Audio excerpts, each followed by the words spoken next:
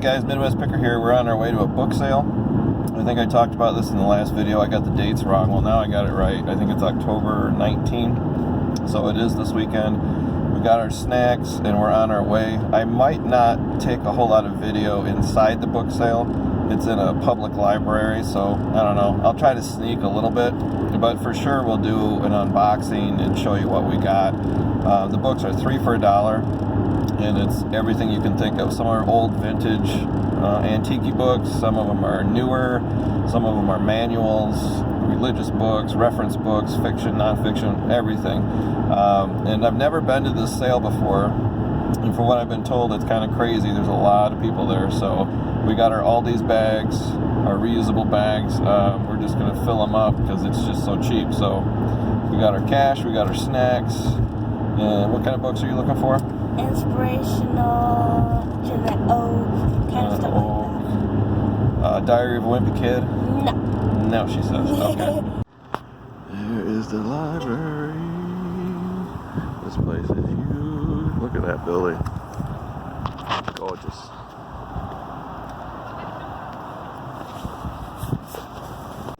Alright, we're done with that madness. It was a great sale. It was just packed. I've never seen so many people. Biggest library I've ever been to. Ran into Mary from work. Hi, Mary. Yeah, I didn't shoot a lot of video. You saw just a little snippet there, and that was just the checkout line.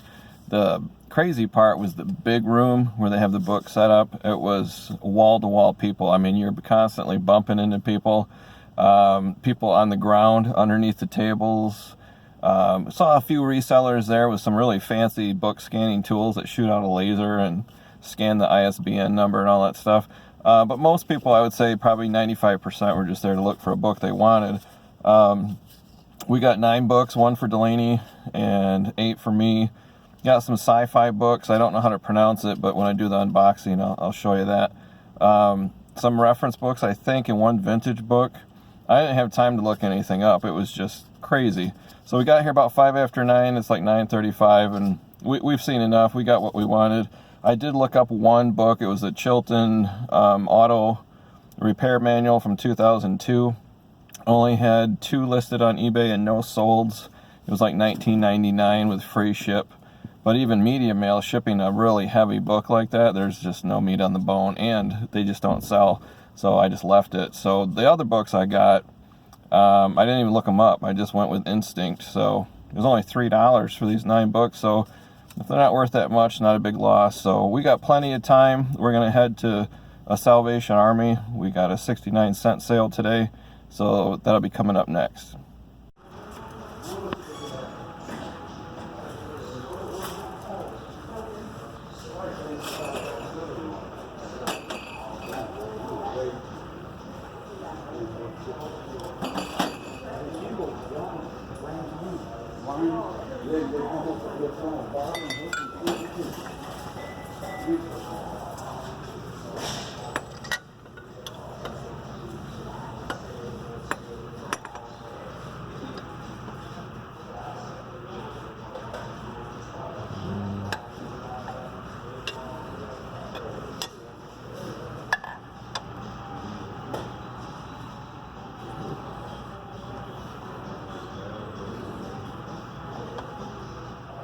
Big lot.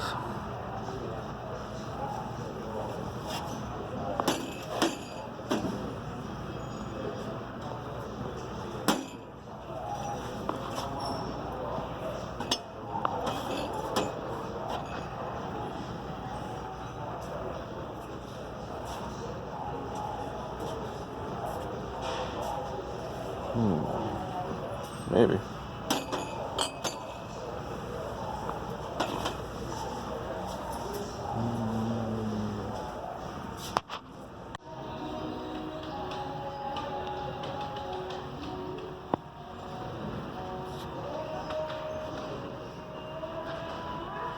Kind of different.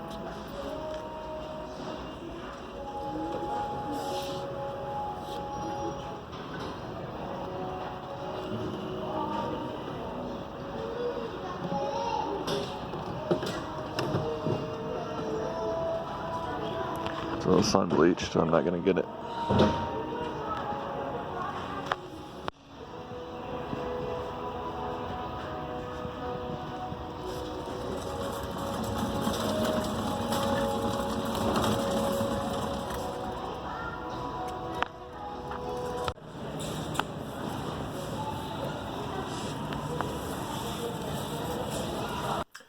guys, I'm back home now, got my favorite t-shirt on. So the first video is the library book sale. Got 9 books and I have them right here. That was pretty insane, very busy. I don't know that I would do it again on Saturday. I think I might try my luck on Sunday. Even though all the good ones are picked over and gone, Sunday is fill a bag for $5. So I think there's going to be a lot of good scores left over. There was a few resellers there. They had the fancy gadget that shoots a laser and they scan the ISBN number and look them up on Amazon.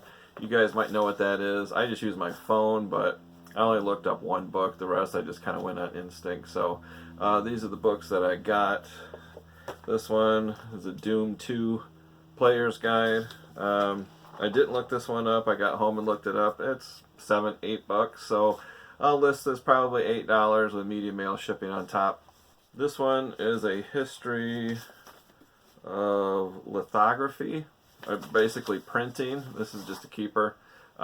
Pretty old, 1914. It's interesting if you're into historical books, but I'm just going to keep this one. This one is a keeper too. This is a journal from a physician in 1812 that was put into a book, I think in the whoops, wrong book. This is a book on Japan, occupied Japan after World War II. So this is from 1946. This is signed by the author. After World War II, we occupied Japan. It had hundreds of thousands of troops there and civilians there, and the troops' families moved there. Basically to rebuild Japan and also to kind of keep an eye on them to make sure they didn't rebuild their military and that they established a more representative government instead of a dictatorship. So there's a long history on that, but this is a book on that. So this is a kind of cool perspective because when he wrote this, it was during the occupation. He had no idea what we know today, obviously, but so it's kind of the perspective of the Americans in Japan in 1946. So I'm just going to keep this one. These I forgot to look up the pronunciation, so I'm not even going to try it. So these are not even graphic novels. They're kind of like hardcover comic books on the inside. They had about 50 of these. I just grabbed 3. I didn't have time to look them up. They're worth about $5 a piece. I got them for 33 cents a piece. So I'll lot these 3 together for, I don't know, $15 plus medium mail shipping on top. See what they do. This one's a Gary Larson book, The Far Side. I just loved these cartoons when they were out. They were just hilarious. Definitely my style of humor. I didn't look this up. I got home. It's really not worth anything. $3 or $4, I think, at the most. So this is just a keeper. So this is the medical book I was telling you about. This is pretty cool. This is another keeper. This is a journal of a doctor during the War of 1812, and he was stationed in Mackinac City, I believe, or Mackinac Island, which is real familiar to me. I go up there every year. And this is before germ theory, so there's a lot of entries in here that are just fascinating of people that they brought to him that were on their deathbed, and just I just breezed through and read just one little chapter. And it's, I believe, no, the other one was signed. So it's really interesting the theories that the physicians had back then on why people have spotted fever and why they're turning yellow and all these things. They had no clue, obviously, about bacteria, viruses, and that. So I believe this is from the 1940s. So it's a printing of a book, of a journal, much older. And there's some photographs of the original journal entries, so it's kind of cool. I have another one called Diary of a Surgeon, and that was a journal written in 1767, and then it was put into a book in like the 1860s. So that's really cool. I reread that book probably once every 2 or 3 years. It's fascinating. So imagine a physician's journal, his personal entries when he was stationed on a ship from England to the Bahamas and back, and all the things he wrote. You really have to use Google to look up the words because the English is so old you can't even figure it out. So I'm a nurse. I find it fascinating. So yeah, those are just really good reads. And, you know, for 33 cents, you know, you can't beat it. So like the title says, this is a combo video. This is also what's sold. I don't sell a whole lot, so if I did a what's sold on eBay video and waited until I sold, you know, 10 things, I would only put out a video every 2 weeks. So I want to put out videos more often, more frequently. So I'm going to combine my sourcing videos and what's sold on eBay videos together.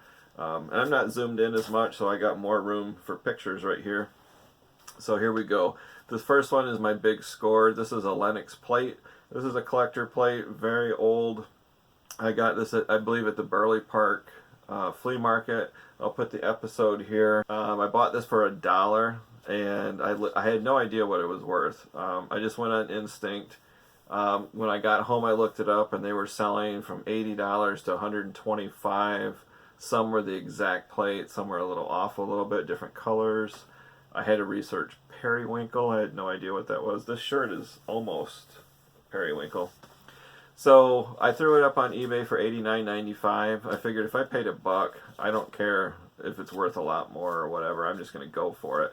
So that was in September that I went. It was Labor Day. So it has not been up on eBay that long. I got an offer for $50, and absolutely I took the offer, and it sold. Shipped it out this morning. So I turned $1 into $50, and they paid shipping on top.